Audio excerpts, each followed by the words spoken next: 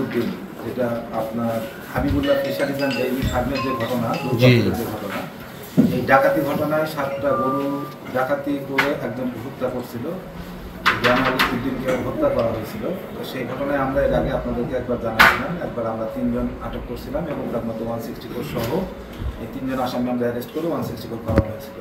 এরই পারিপার্শ্বিকতায় আমরা এটা কনসিকুয়েন্স করছি। কনসিকুয়েন্স করে আমাদের ডিবির টিম নেত্রকোনা থেকে গাজীপুরে যে গাজীপুর এবং সিরাজগঞ্জ থেকে আরও 5 জনকে ডাকাতি সংশ্লিষ্টতায় তাদেরকে অ্যারেস্ট করতে সক্ষম হয়। এরা হচ্ছে প্রকৃতপক্ষে ডাকাত চক্র এবং এরা সারা বাংলাদেশব্যাপী এই ডাকাতি কার্যক্রমগুলো পরিচালনা করে। ইভেন গত পরশু দিন রাত্রেও তারা কোথাও এক জায়গা থেকে 3টা গরু ডাকাতি করছে, করে নিয়ে এসে বিক্রি করছে। এই তথ্য আমাদের কাছে ছিল এবং তাদের যে ভয়েস কল রেকর্ড সেটা থেকে আমরা তথ্যগত অ্যানালাইসিস করে তাদের মেসেজগুলো অ্যানালাইসিস করে এগুলো পাইছি। তো আমরা এই 5 জন ডাকাতকে অ্যারেস্ট করছি গাজীপুর থেকে এবং সিরাজগঞ্জ থেকে, এবং এখান থেকে আমরা আলামত হিসেবে উদ্ধার করছি যেই ট্রাকটা দিয়ে তারা দুর্গাপুরে ডাকাতি করেছিল সেই ট্রাকটাকে আমরা উদ্ধার করেছি। পাশাপাশি ডাকাতির যে সরঞ্জাম, এটা হচ্ছে ট্রাকেরই পিছনে কাভার্ড ভ্যানের একটা জায়গা থাকে, স্পেস থাকে ড্রাইভিং সিট এবং সিটের পাশে, প্যাসেঞ্জার সিটের পাশে।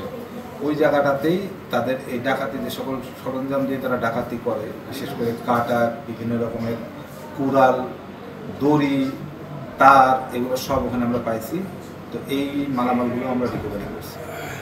তো আমাদের অভিযান অব্যাহত আছে, আরও হয়তো বা 1-2 জন যে আউট অফ বক্স আছে তাদেরকে আমরা চেষ্টায় আছি এবং ইনশাআল্লাহ হোপফুলি আমরা এটা খুব দ্রুত এটা ব্যবস্থা নিতে পারবো। এরা কেউ গরু এখান থেকে নিয়ে গেছে, কেউ ক্যারি করছে, কেউ ড্রাইভার হিসাবে ছিল, কেউ আবার আপনার ওখানে যাওয়ার পরে গরুটা যার কাছে বিক্রি করছে, যে সিন্ডিকেটের কাছে, তার কাছে।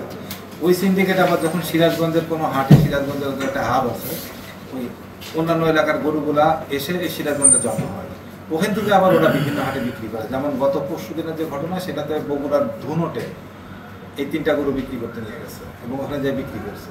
এবং এদের টেন্ডেন্সিটা হচ্ছে কি, গরু যে দামি হোক না কেন 50% পাইলে এরা বিক্রি করে দেয়।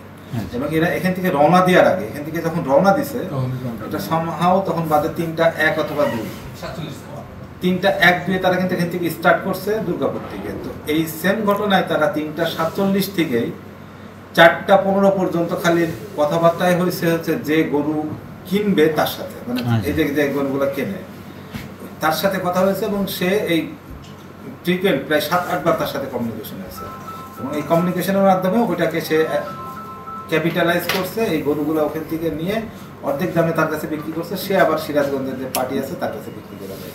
তো আসলে এটা একটা সিন্ডিকেট, এই চক্রটা সারা বাংলাদেশ ব্যাপী এই কাজটা করে। এখান থেকে আমরা অন্ততপক্ষে 5 জনকে অ্যারেস্ট করতে সক্ষম হয়েছি।